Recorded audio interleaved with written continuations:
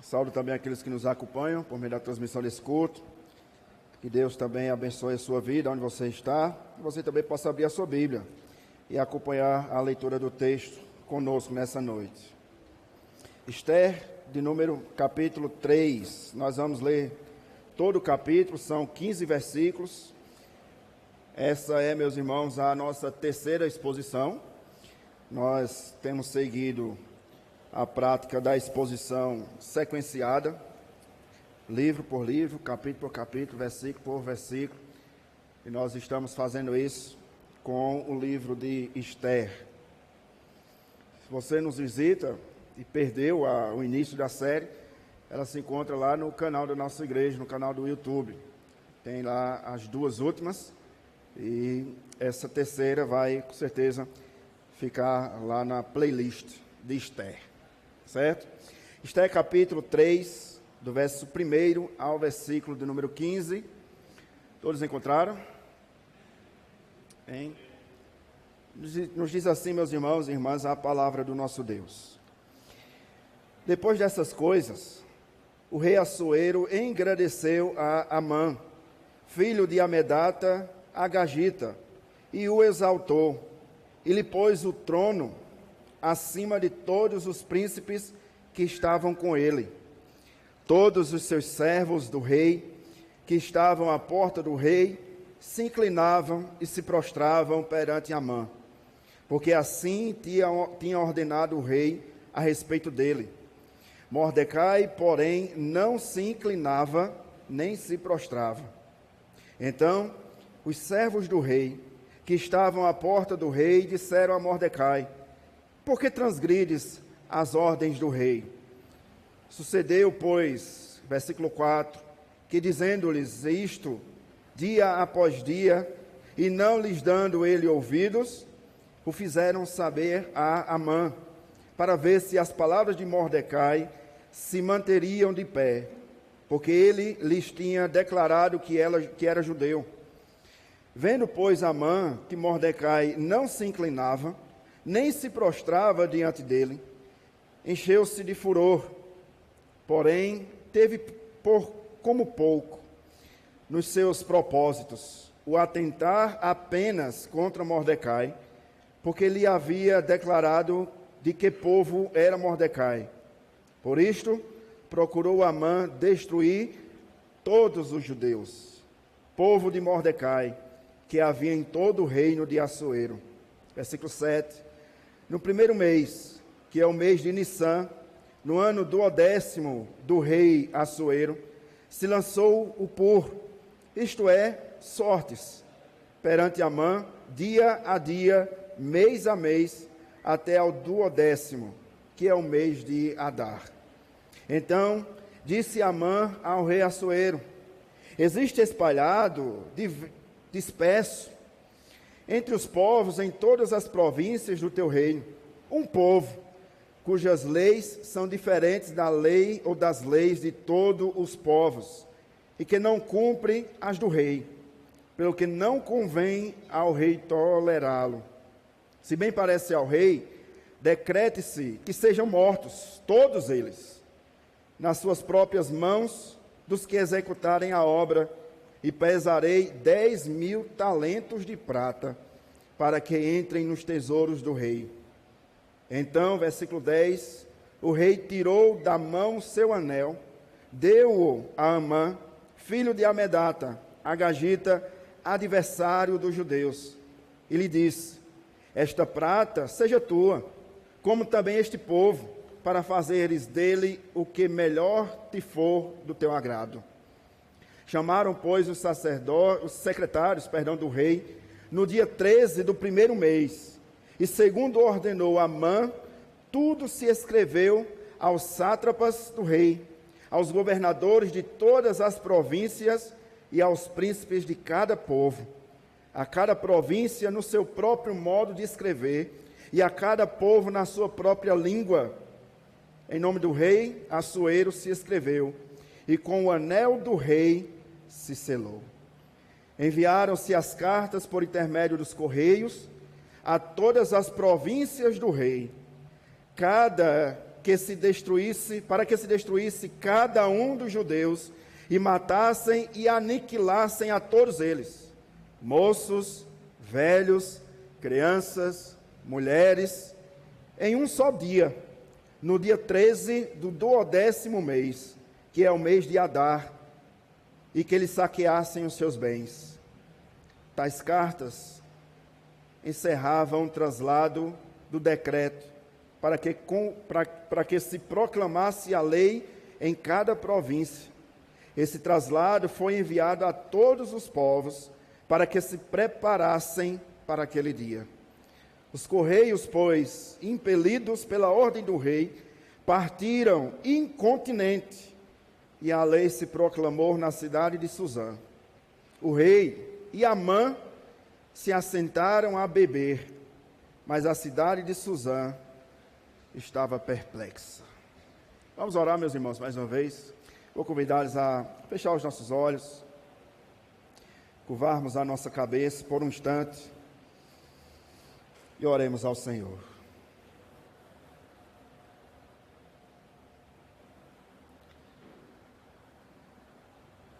Senhor nosso Deus, diante do Senhor nos curvamos nessa noite.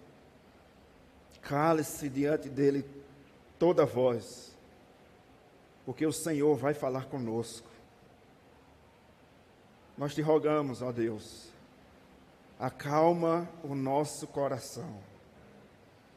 A nossa oração é essa: acalma o coração daqueles que estão aqui aflitos, angustiados, incapacitados de resolver alguma questão por suas próprias forças. Acalma o nosso coração.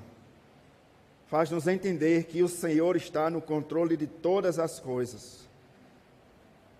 Faz-nos compreender, ó Deus, que nada sai do teu controle.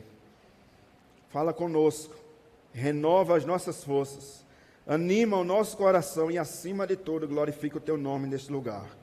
É o que nós te pedimos, por tudo mais te agradecemos, em nome de Jesus.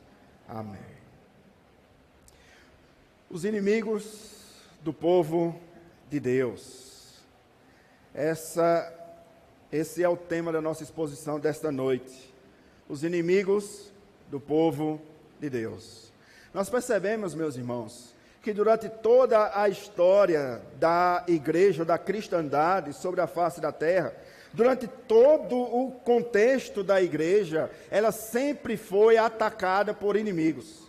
O mundo sempre foi, e sempre será hostil contra o povo do Senhor. E quando o assunto é Deus, os inimigos sempre irão se levantar para tentar destruir tudo aquilo que se relaciona ao nome ou ao fato de que Deus existe. Nós podemos perceber isso, por exemplo, desde a saída do povo de Deus do Egito. O povo que passou muitos anos sendo afligidos pelo povo egípcio, ao sair foi também perseguido pelo exército de Faraó, e estava diante dele um mar fechado, e atrás dele o exército.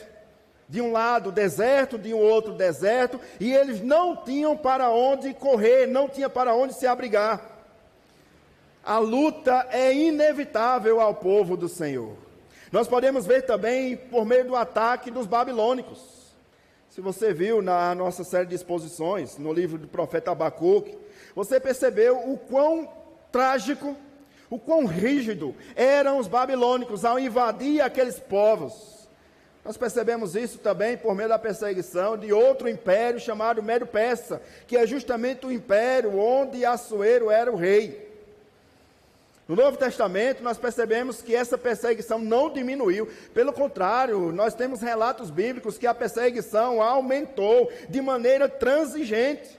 Irmãos nossos que foram perseguidos no Novo Testamento por pregar o Evangelho pelo Império Romano. Proibidos de pregar o Evangelho, que foram dispersos e expulsos da sua própria casa, dos seus próprios trabalhos, dos seus próprios empregos. Irmãos nossos que foram presos, martirizados, que foram mortos, decapitados por causa do Evangelho de Cristo Jesus, por causa do reino de Deus. Como não lembrar de um dos imperadores romanos, chamado Nero, um dos imperadores mais terríveis que já pisou sobre a face da terra. Nero, por exemplo, colocou fogo, ou mandou colocar fogo em toda a cidade de Roma. E dos 14 bairros, 10 deles foram totalmente tragados pelo fogo. Sobraram assim 4 bairros, que eram a maioria popular cristãos. Nero se utilizou desse fato para colocar a culpa do incêndio de Roma sobre os cristãos. E o que é mais triste é que nós vamos perceber que no finalzinho do capítulo 3, mais precisamente no final do versículo 15, é a mesma cena que Nero fez séculos depois. Porque os historiadores nos contam que enquanto Roma estava pegando fogo, Nero se vestiu de ator, com um lírio, com a harpa, subiu até a sua torre e tocou a harpa, cantava e entoava canções, enquanto os moradores de Roma eram mortos pelo fogo. Verdadeiro banho de sangue. Podemos perceber, meus irmãos e irmãs, que durante toda a história, os inimigos sempre se levantaram contra o povo de Deus. E em Esther não é diferente. O capítulo 3, ele vai agora iniciar uma das maiores tragédias de toda a humanidade.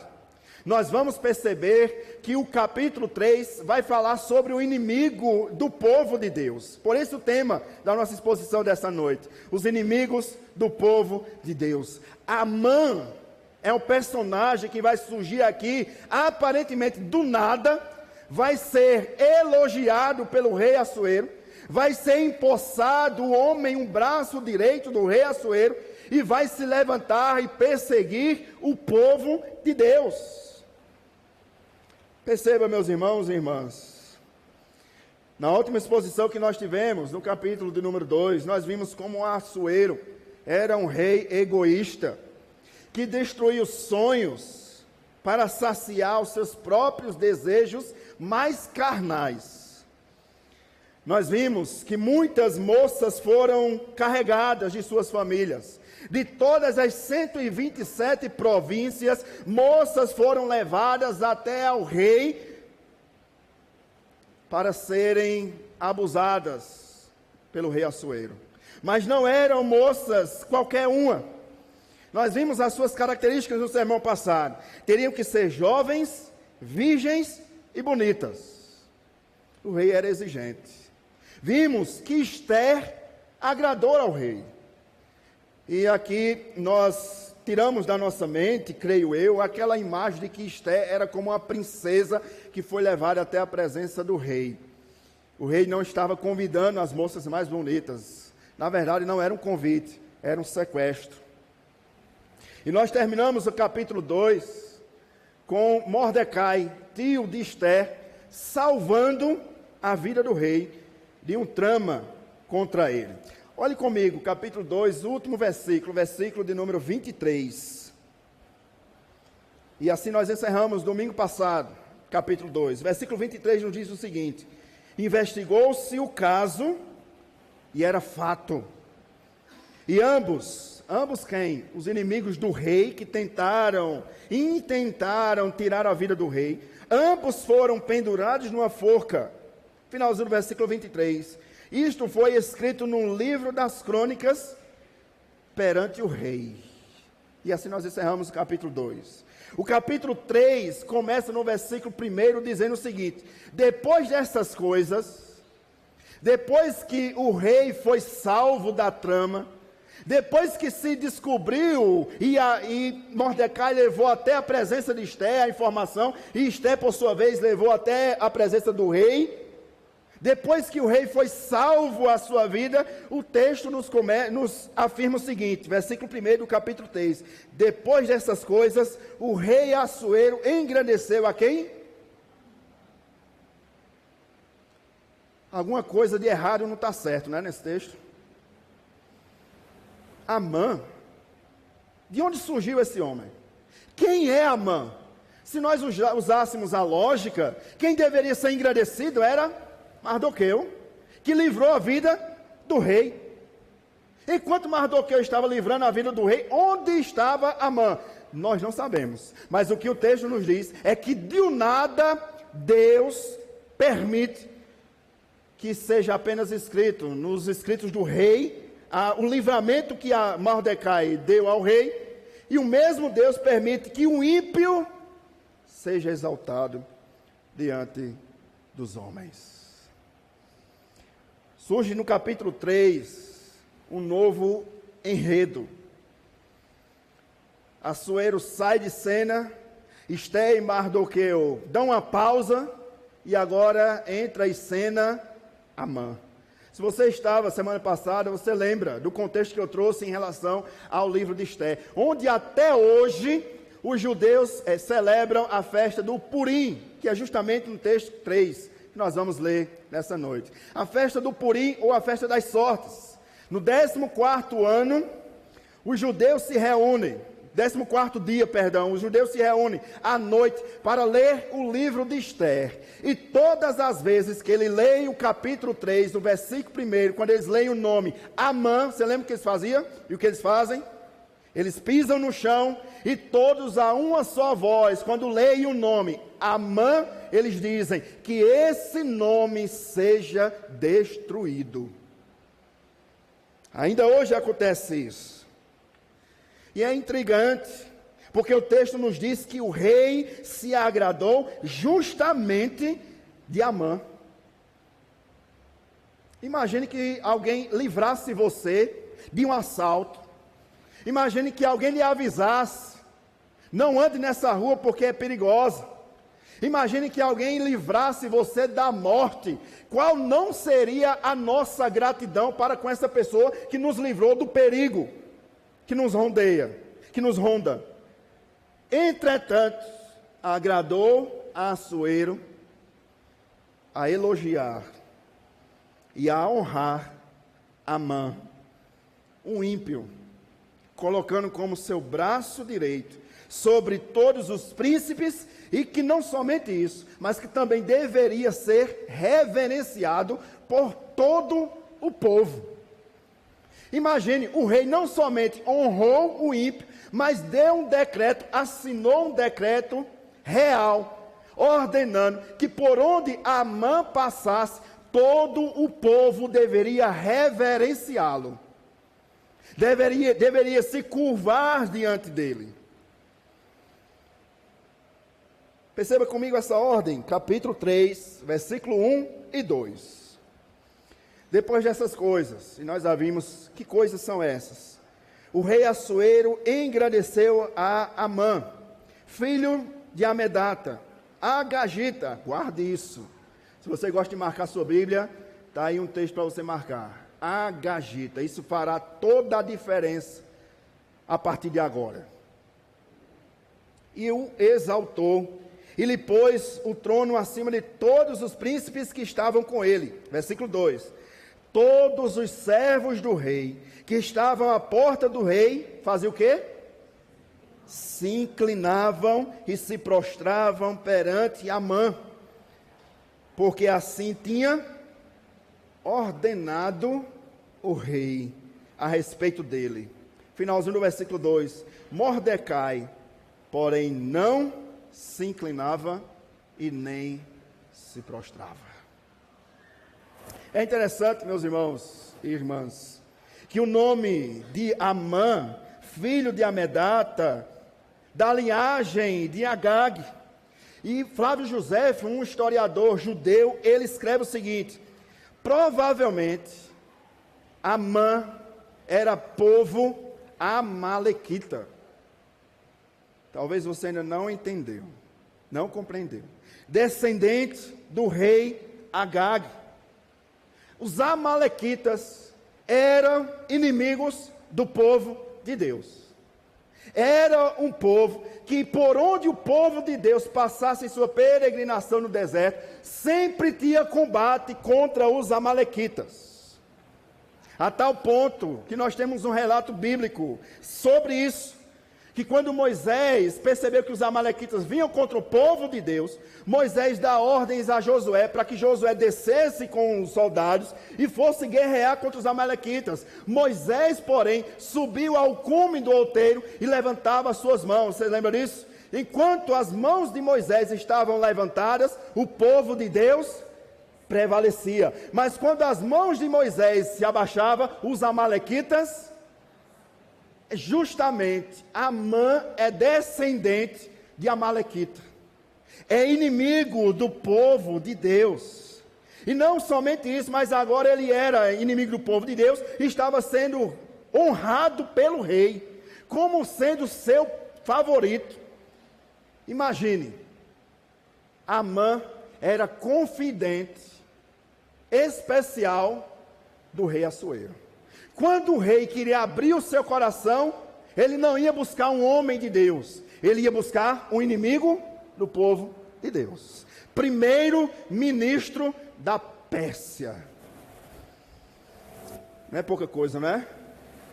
Mas não se engane, continuava sendo inimigo do povo de Deus. Aqui é um fato importantíssimo. E é desse fato importantíssimo que eu queria tirar nessa noite a primeira lição para as nossas vidas. É uma palavra inicial de advertência a todos nós. Preste atenção. Em Êxodo, capítulo 17, versículo 14, Moisés diz o seguinte: Então disse o Senhor a Moisés: Escreve isto para memória num livro e repete-o a Josué. Olha o que Deus diz: Porque eu hei de riscar totalmente da face da terra toda e qualquer memória em relação a Amaleque.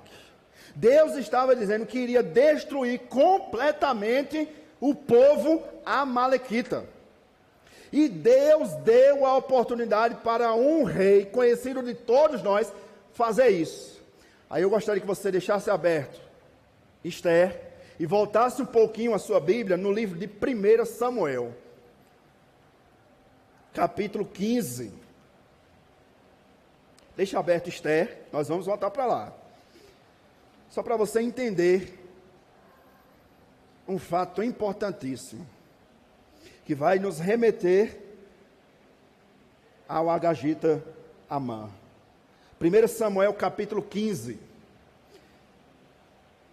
Só para nós compararmos aqui. Você que abriu, presta atenção, por gentileza. Em Êxodo 17, versículo 14, Deus diz que vai exterminar a memória dos amalequitas. Guarde isso. Deus prometeu que iria exterminar o povo amalequita. Em 1 Samuel, texto que nós vamos ler, capítulo 15, a partir do versículo 1, Deus dá essa ordem e Deus dá autoridade para que o rei Saul destrua o povo amalequita. Olha o que diz o texto. 1 Samuel, capítulo 15, versículo 1 ao versículo 3, e aí depois nós damos um salto ao versículo 7 até o versículo 9. Olha o que diz o texto. 1 Samuel, capítulo 15, versículo 1 ao 3. Disse Samuel a Saul: Enviou-me o Senhor a ungir-te rei sobre o seu povo, sobre Israel. Olha a ordem. Atenta, pois, agora as palavras do Senhor. Versículo 2. Assim diz o Senhor dos exércitos: Castigarei quem? Pelo que ele fez. Lembra? Êxodo capítulo 17. Deus diz: Castigarei Amaleque pelo que eles fizeram a Israel. Ter se oposto a Israel no caminho quando subiu do Egito. Versículo 3. Olha a ordem de Deus. Vai. Vai. Deus está dando essa ordem para quem? Para Saul. Entenda isso. Nós precisamos entender esse contexto aqui. Deus está utilizando a vida do profeta Samuel para ordenar a Saul: vai. Vai, pois, agora e fere a Amaleque. Versículo 3. E destrói. Guarde isso. Deus disse a Saul para fazer o quê? destruí-lo totalmente. Totalmente é o quê? Tudo, né? Destruir tudo o que é Amalequita. Continuação no versículo 3. Destrói totalmente a tudo que te vier, e nada lhe poupes. Se nada deve ser poupado, ele deveria destruir tudo. Guarde isso. Nada lhe poupes, porém matarás homem, mulher, menino e criança de peito, tudo, bois e ovelhas e camelos e jumentos. Deus mandou trazer alguma coisa? Sim ou não? Deus mandou matar o quê? Tudo. Agora olha o que Saul fez. Pule seus olhos para o versículo de número 7.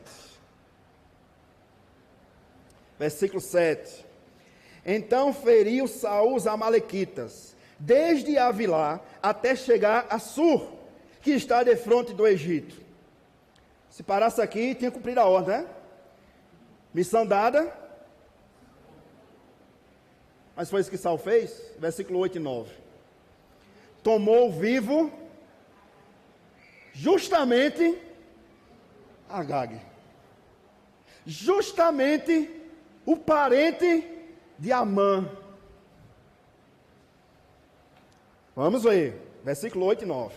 Tomou vivo Agag, rei dos amalequitas, porém a todo o povo destruiu a fio de espada. Deus disse que era para deixar vivo o rei? Não. Versículo 9. E Saul e o povo pouparam Agag. Versículo 9. 1 Samuel capítulo 15, versículo 9. Saul e o povo pouparam Agag, o rei. O rei dos amalequitas aqui era Agag. Eles mataram todo o povo e pouparam o rei. E não somente o rei. Olha o versículo 9. Eu vou tirar uma lição daqui importantíssima. Eu preciso que você entenda esse contexto aqui, para nós entendermos essa primeira lição, que tem tudo a ver com Amã, e com Esté, e com o povo de Deus. Versículo 9. Saul e o povo pouparam Agag, e acharam pouco Agag, pouparam o melhor das ovelhas e os animais, e o melhor que havia, e não quiseram destruir. Porém toda coisa vil e desprezível,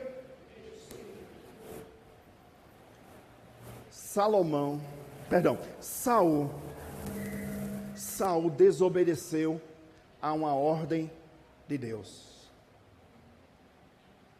Todo o contexto nós já sabemos, o que aconteceu com o reinado de Saul por conta dessa desobediência. Mas qual é a lição que eu queria tirar aqui, irmãos? Para que você entenda. Amã é o exemplo vívido de quem desobedece a ordem de Deus. Imagine comigo, use a lógica. Se Saul tivesse obedecido a Deus, tivesse matado todos os amalequitas, tivesse matado todos os animais, existiria Amã? Não. Mas por causa da desobediência de um homem, veio a descendência até chegar em Amã, e Assuero colocar o inimigo do povo de Deus acima de tudo e de todos. Qual é a lição, meus irmãos e irmãs? Não brinque com o pecado.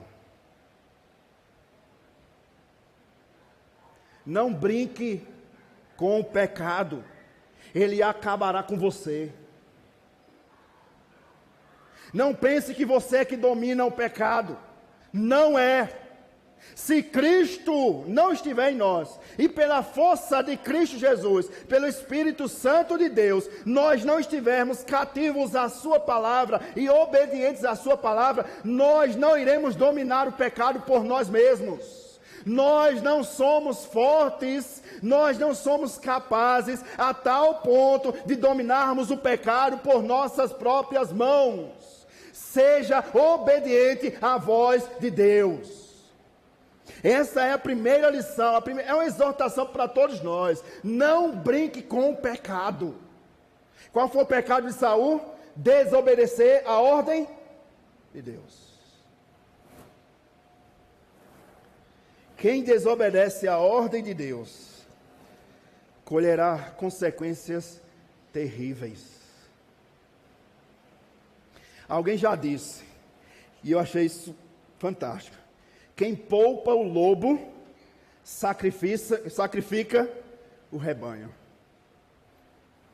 Não é isso que aconteceu? Saul poupou um, só bastou um. O rei. E da descendência desse rei, chegamos até Amã. E nós vamos ver que Amã decreta a destruição do povo de Deus. Qual é o ponto aqui, meus irmãos? Eu queria sua total atenção. Nós não podemos tolerar o intolerável. Nós não podemos amar o que Deus odeia.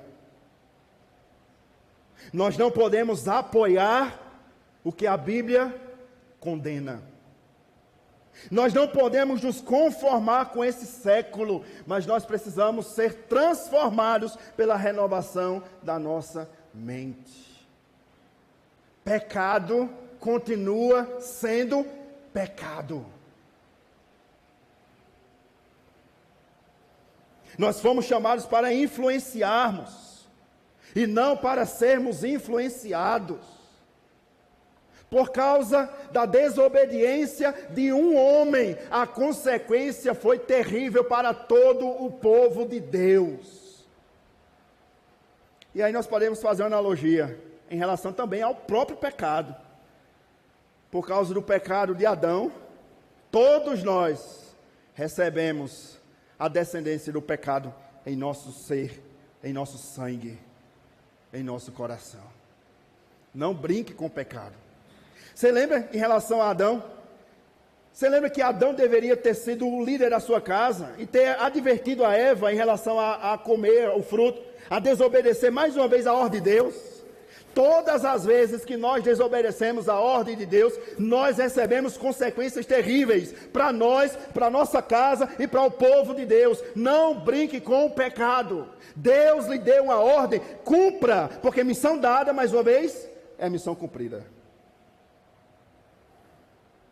Saul poupou Agag, porém Amã não iria poupar Mordecai. Guarde isso. Obedecer é melhor do que sacrificar. Obedecer é melhor do que sacrificar. Não brinque com o pecado. Cuidado com o que você anda vendo. Cuidado com o que você anda ouvindo. Cuidado com o que você anda falando, comentando. Ah, não é fofoca não, pastor, estou só comentando, é pecado. Não é? Tem pessoas assim, olha, ninguém está falando mal não, de fulano não, está só comentando, né? Pecado. O mundo diz que a prática do pecado é amor. Não é? Duas pessoas do mesmo sexo, é amor, é pecado. Não brinque com o pecado. Não apoie o pecado de ninguém. Não seja como Saul, poupou o pecado. Preferiu desagradar a ordem de Deus e agradar ao rei Agag. Olha no que deu.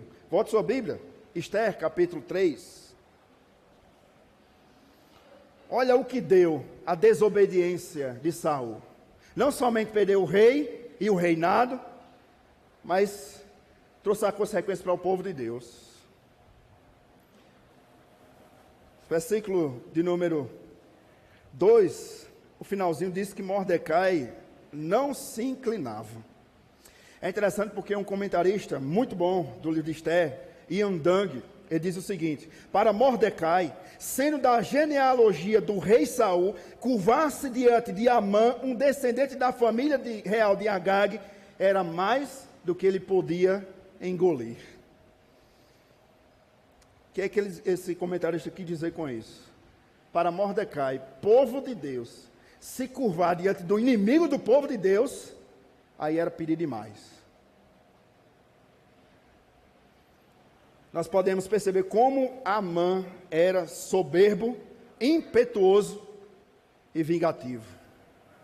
Olhe comigo versículo 3 ao versículo 6. Capítulo 3 de Esther, versículo 3 até o versículo de número 6. Perceba as características de Amã. Não somente era o inimigo do povo de Deus, mas era também soberbo, impetuoso e vingativo. Versículo 3 ao 6. Então os servos do rei, que estavam à porta do rei, disseram a Mordecai: por que transgrides a ordem do rei? Versículo 4. Sucedeu, pois, que, dizendo-lhes eles isto dia após dia, e não lhes sendo dado ele ouvidos, o fizeram saber a Amã, para ver se as palavras de Mordecai se manteriam de pé, porque ele lhes tinha dito, ou declarado em outras versões, que era judeu. Vendo, pois, Amã que Mordecai não se inclinava, nem se prostrava diante dele, encheu-se de furor. Então você já vê aqui que Amã é irado. Ele se ira, porque um homem, imagine, todos os servos do rei se inclinam, apenas um não se inclina, e por causa desse um, ele se enfurece. É ou não é soberbo? Versículo 6. Perceba como ele é impetuoso. Versículo 6. Porém, teve como pouco, nos seus propósitos, o atentar apenas contra Mordecai, porque lhe haviam declarado de que povo era Mordecai. Por isso procurou Amã destruir quem? Todos os judeus, povo de Mordecai, que havia em todo o reino de Assuero. Ele é soberbo, ele é implacável. Perceba, todos os servos se curvavam. Quem foi o único que não se curvou? Mordecai. Aí o texto diz o seguinte: Amã achou pouco decapitar uma cabeça só, aí faz um plano para decapitar todo um povo. Não é isso que o texto diz? Ele achou pouco, só um, só Mordecai. Não, vamos vasculhar. De que povo ele é? É judeu. Ah, é da descendência de Saul. Caiu a ficha na hora. É da descendência daquele rei que exterminou o meu povo e só deixou o rei. Mordecai pode deixar guardado. O dele está guardado. Vamos planejar extermínio de todo um povo. Você percebe o genocídio que ia ser? O extermínio que Amã estava planejando. Amã, meus irmãos, é um homem vingativo. Você conhece pessoas assim? Vingativo, ele começa a planejar o seu mal, a sua destruição. Quanto pior para você, melhor para ele. É Amã. Um só? Não. Temos que destruir a todo o povo. Ele não achou suficiente uma simples vingança contra Mordecai, e ele planeja agora um extermínio. A ordem era a seguinte: a cabeça que não se curvar diante de Amã será decepada. Um não se curva. Qual é a consequência? Para todo o povo. Para todo o povo.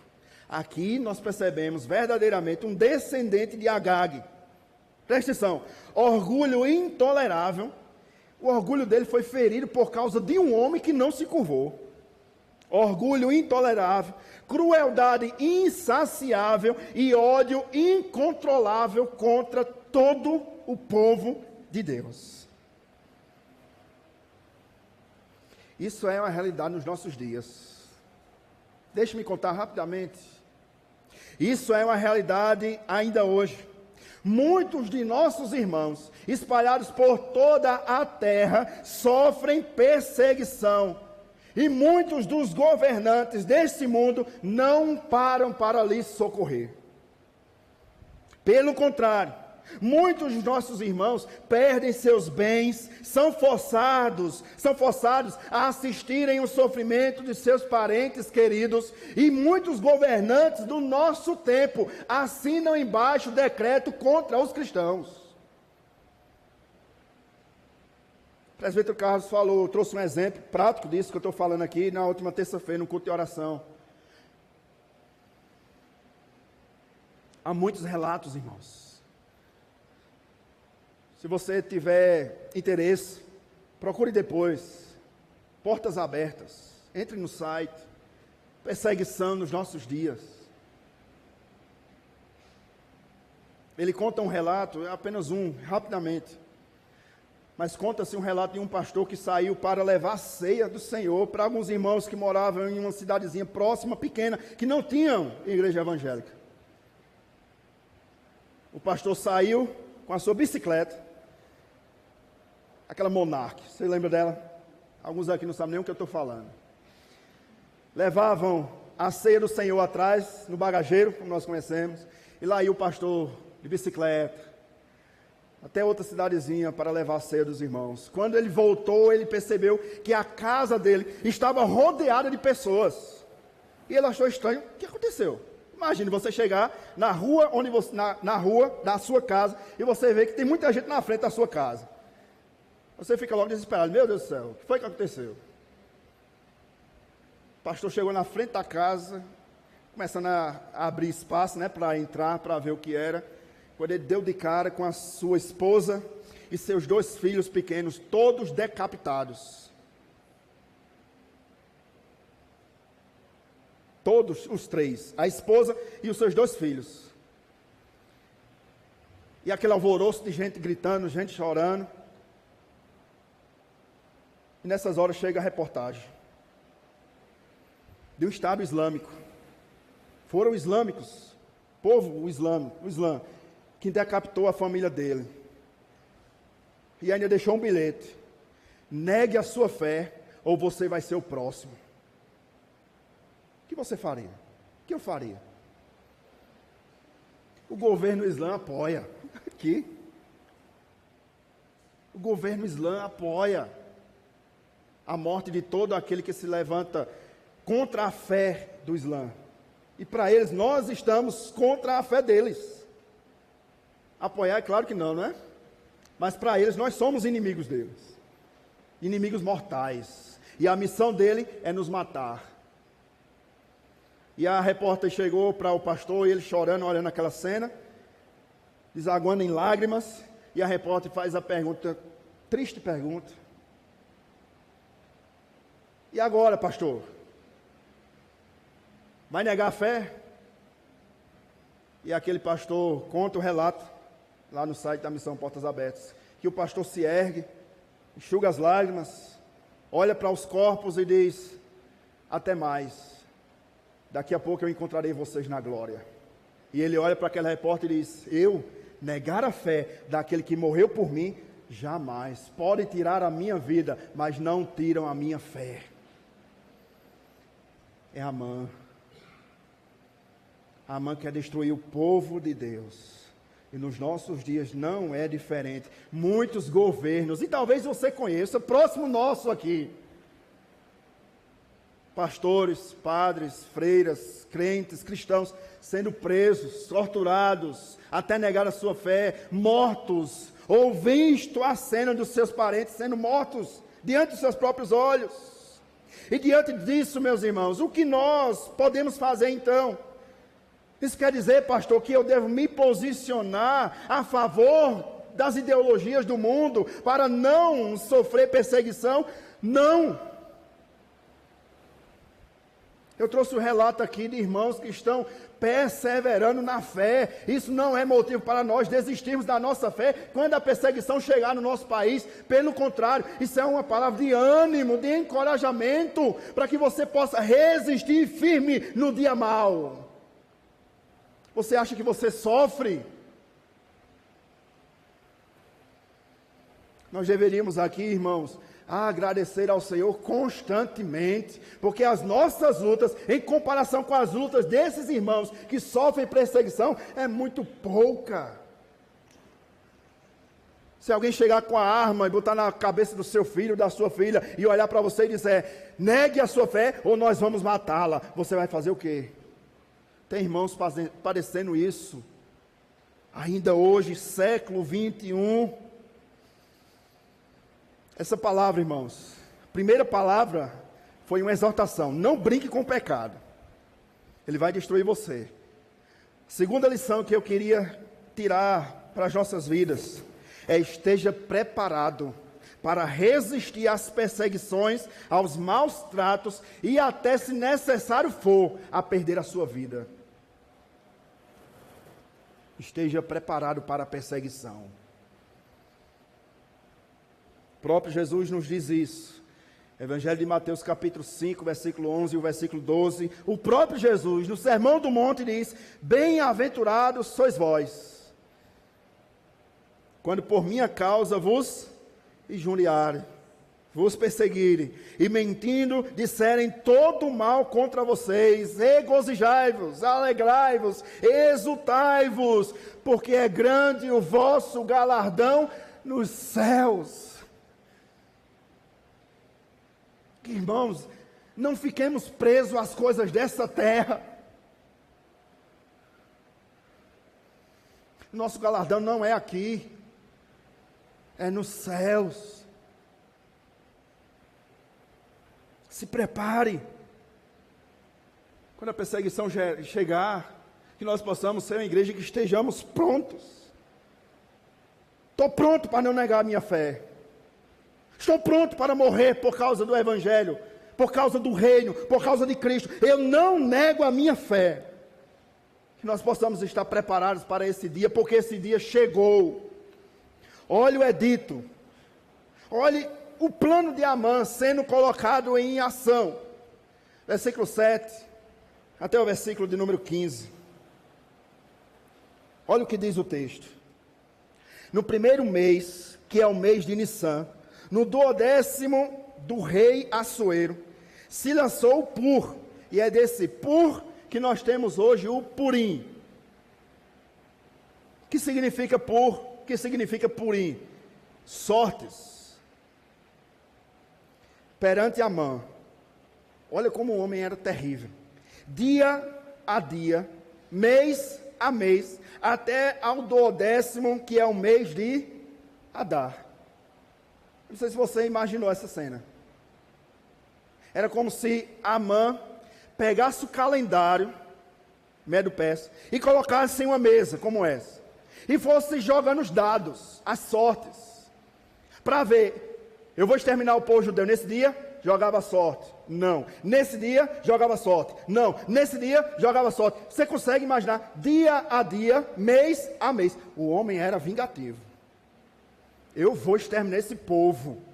Eu não sei quando, mas eu vou passar todo um dia jogando as sortes e lançando aqui para ver qual vai ser o dia e o mês que eu vou mandar destruir esse povo. Versículo 8. Então disse Amã ao rei Assuero, presta atenção no que ele diz. Existe espalhado, disperso entre os povos em todas as províncias do teu reino, quem? Um povo. É o primeiro-ministro conversando com o rei. Ó rei, tem um povo aí. É um povo. Está espalhado aí no teu reino, nas tuas províncias. Um povo cuja lei são diferentes das leis de todos os povos. E que não cumpre as do rei. Pelo que não convém o rei tolerá-los. Versículo 9. Se bem parecer ao rei, pense num conselho, decrete-se que sejam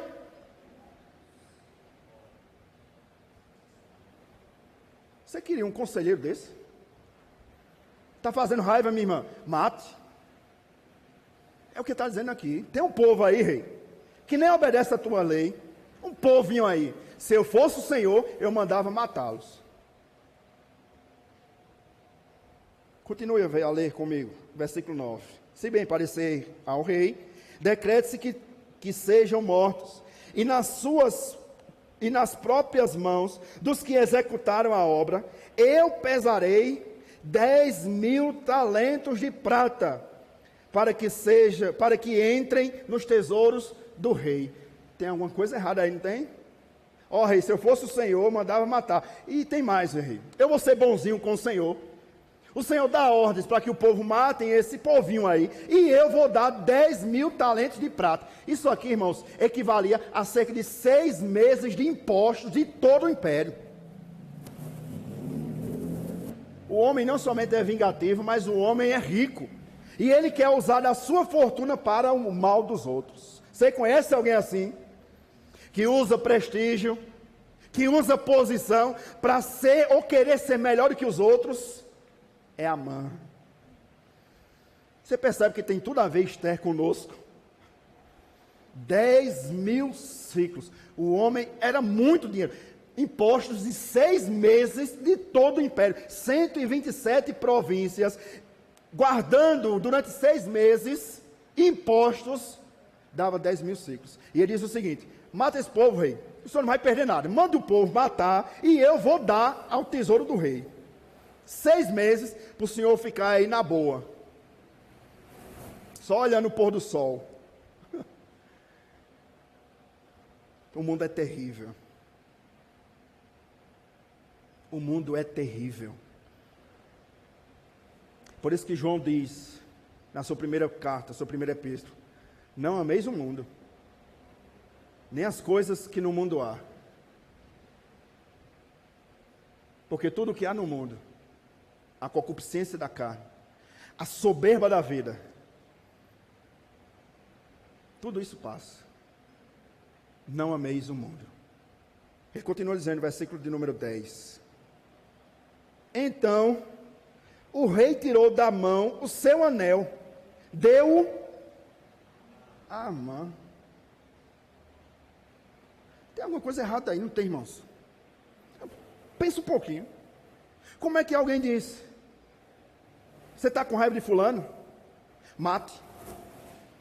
Olha, e nem se preocupe, porque eu pago o advogado. O rei nem procurou saber que povo era esse. Nem procurou saber de onde é que vinha esse dinheiro. A única coisa que o rei fez foi tirar o anel e deu a Amã. O anel simbolizava autoridade. Era como se o rei estivesse dando a autoridade de rei a Amã. Versículo 10. Tirou da mão o seu anel e deu a Amã, filho de Amedata, Agagita, adversários dos... Era morte certa. Não tinha para onde correr. A autoridade estava nas mãos, na verdade, nos dedos de Amã.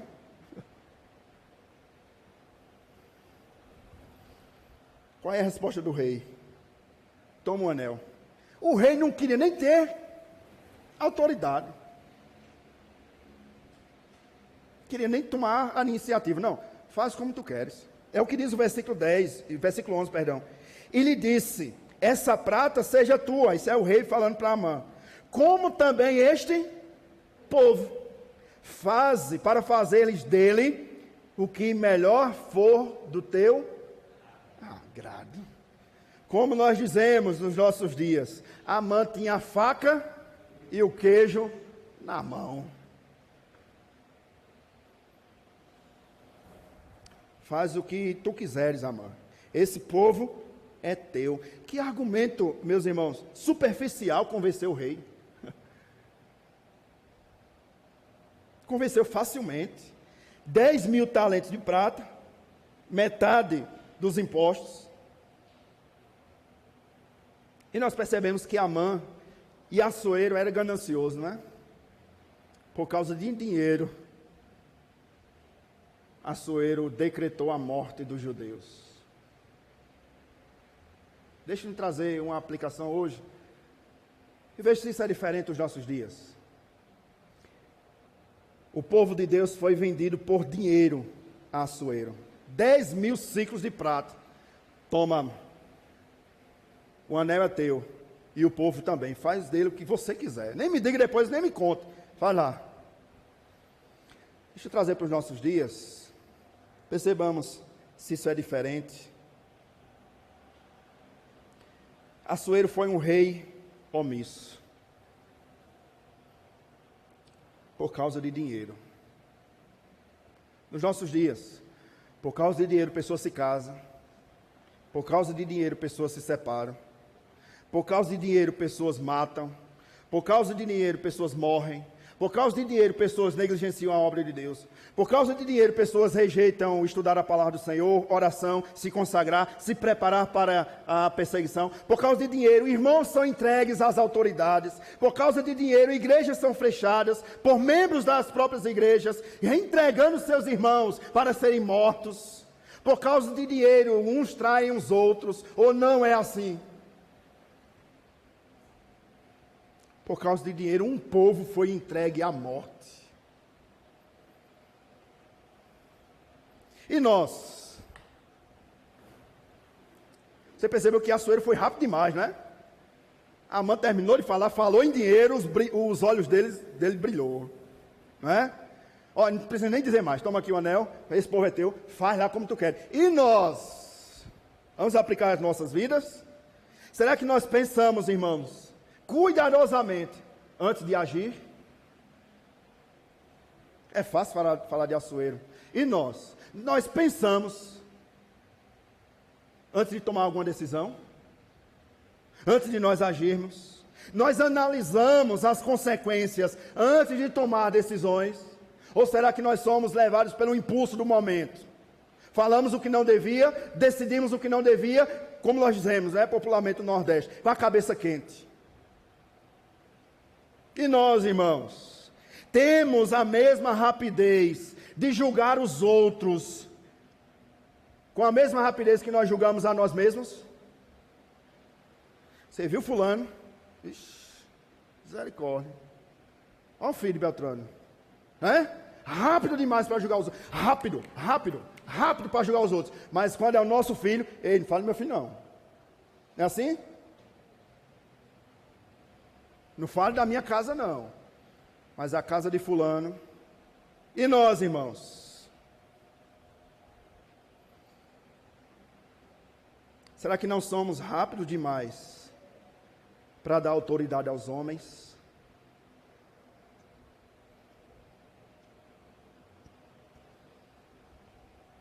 Sentença assinada, destruição do povo agendada, e Amã feliz. Olhe comigo. Versículo 12 ao 15. Perceba, última porção da palavra. Chamaram, pois, os secretários do rei no dia 13 do primeiro mês. E segundo ordenou Amã, quem dá ordem não é o rei, né? É Amã. Amã agora é quem manda e desmanda.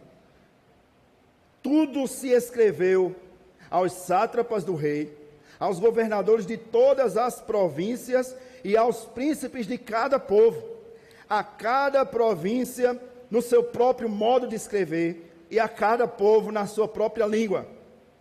Em nome do rei Assuero se escreveu e com o anel do rei se selou. Versículo 13. Enviaram-se as cartas por intermédio dos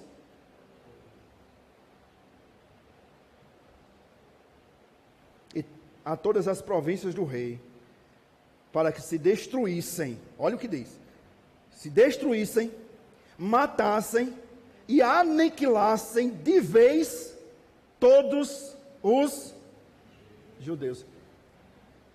Entenda a lei. Se você entender o 1 Samuel, você vai entender isso aqui. É a mesma ordem sendo contrário. Deus havia ordenado pela boca do profeta Samuel para que Saul fosse fazer o quê? Olha o que diz no texto.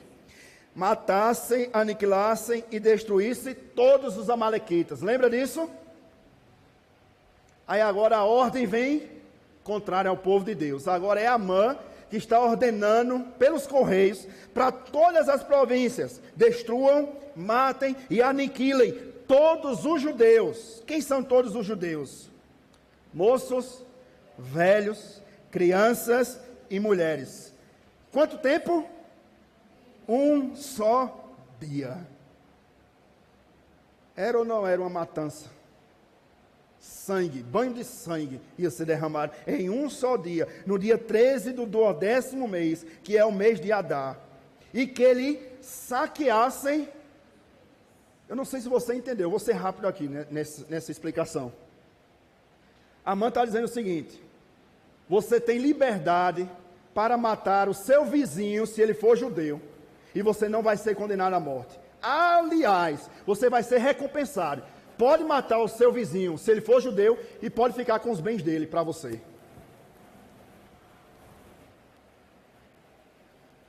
Que homem terrível. Você imagine chegar uma ordem dessa no Brasil hoje. Pode matar os crentes e os bens deles é seu.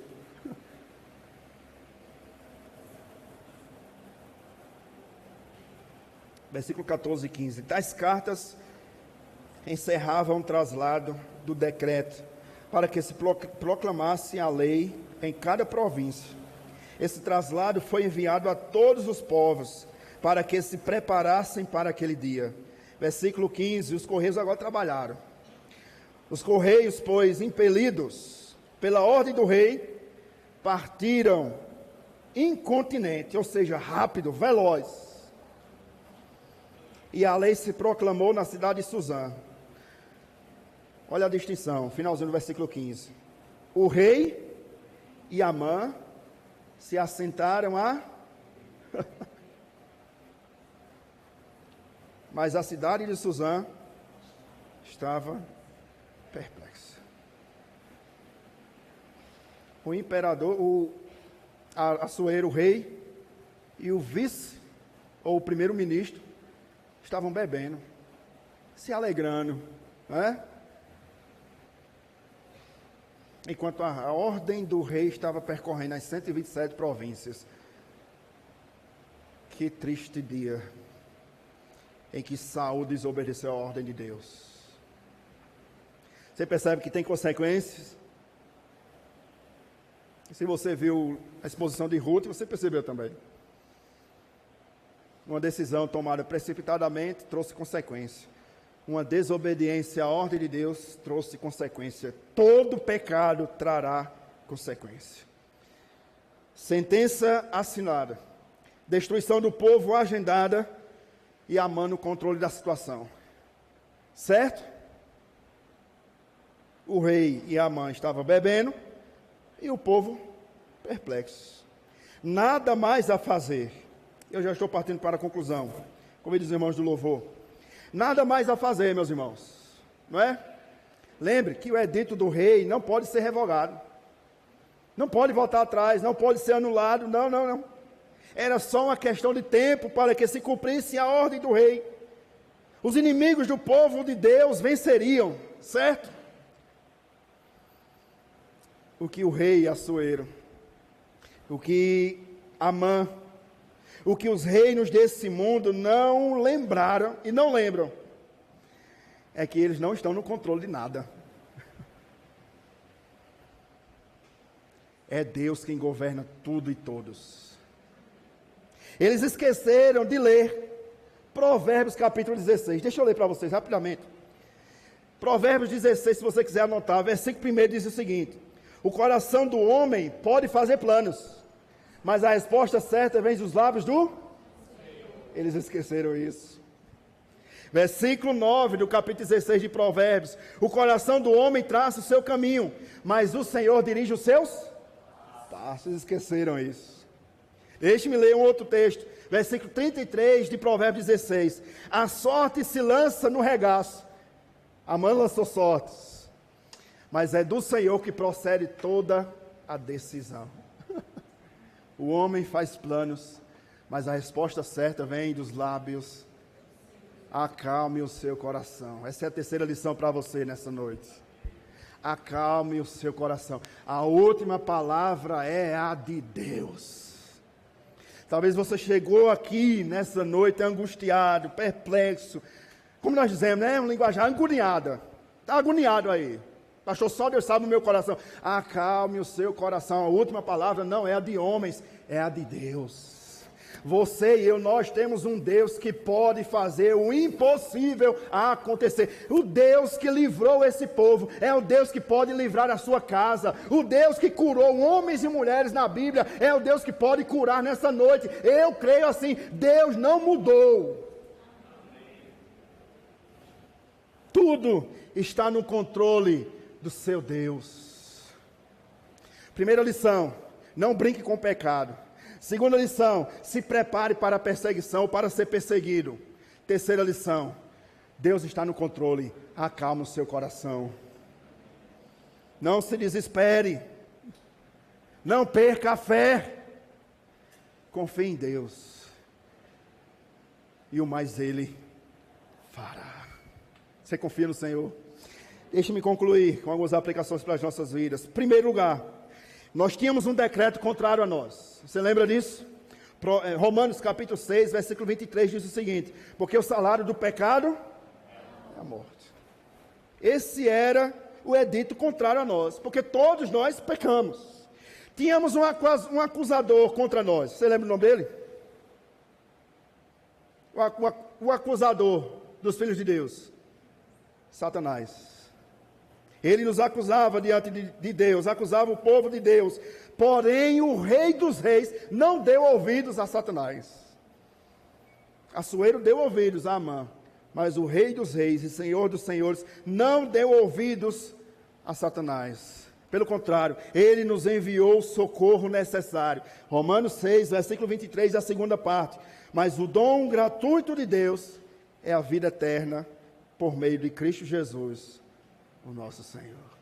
Tínhamos um edito contrário a nós, decretado a morte de todo pecador.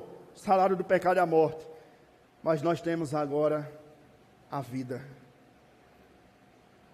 por meio de Cristo Jesus. Em Cristo fomos salvos da ira de Deus. Em Cristo somos um povo resgatado, porque Cristo tomou o nosso lugar. Ele foi morto para que você tenha vida. Segunda aplicação, temos uma missão. Primeira aplicação é que nós tínhamos um edito contra nós, mas o preço foi pago na cruz. Segunda lição, nós temos uma missão. Você percebeu que os Correios aqui trabalharam muito? 127 províncias, e os Correios deram conta. As cartas que levavam à morte foram espalhadas pelo império. E nós hoje temos uma missão, não trabalhar no correio, mas a nossa missão é levar a carta da vida pelo mundo. A nossa missão é pregar vida àqueles que estão mortos. Temos um maravilhoso evangelho a anunciar. Faça isso. Trabalhe no reino de Deus. Seja um mensageiro do Evangelho de Cristo Jesus. Mas espera um pouco. Você sentiu a ausência aqui de algumas pessoas? Cadê Esther? Peraí, cadê Mordecai? Se curvou aqui, não se curvou, e saiu de cena, e está a trama rolando, e nem Esther aparece, Mordecai desaparece. Peraí, cadê esse povo? Será que eles estão sabendo que Amã fez isso? Será que o correio chegou na casa dele a tempo? Será que a carta foi entregue? Calma. Esse será o tema da nossa próxima exposição no próximo domingo. O correio chegou lá. Eles receberam a carta. Mas as atitudes deles, só no próximo domingo. Por hora, irmãos, basta-nos saber uma coisa. Ou três coisas. Em primeiro lugar, não brinque com o pecado. Ele vai destruir você. Eu não tenho tempo, mas tem ponto que eu poderia tratar isso aqui. Tiago diz que o pecado é como um filho que você gera e o filho cresce e mata você. Não brinque com o pecado, ele vai destruir a sua casa, vai destruir a sua família, vai destruir a sua intimidade com Deus, a sua comunhão com Deus, a sua comunhão com o próximo. Não brinque com o pecado. Segundo lugar, esteja preparado para resistir às provações. Terceiro lugar, acalme o seu coração. É Deus quem está no controle da situação. Desesperar por quê, minha irmã? Pastor, eu não tenho enxergado, sabe aquela luz no fim do túnel? Nem a luz eu estou vendo ainda. Não se desespere, você tem um Deus que trabalha por aqueles que nele esperam. Salmo 46, versículo 11, eu encerro. O Senhor dos exércitos está conosco. O Deus de Jacó é o nosso refúgio. Acalme o seu coração. Deixa eu encerrar. Segunda vez que eu digo, né? Mas agora eu encerro. Sabe por que tudo está no controle de Deus e você está aqui? Deus lhe trouxe para dizer, é graça. Sabe como você vai enfrentar esse vale? Pela graça. Sabe aquele momento que você diz, fulano, coisa boa lhe veio, como é que estão as coisas? Olha, está só a graça. Pronto, é você. Está só a graça. Se alegre, ainda bem que está a graça, não é? A graça é dom de Deus, é Deus que está cuidando de tudo. Não se desespere, durma em paz, o seu Deus já está cuidando do amanhã, está cuidando aqui.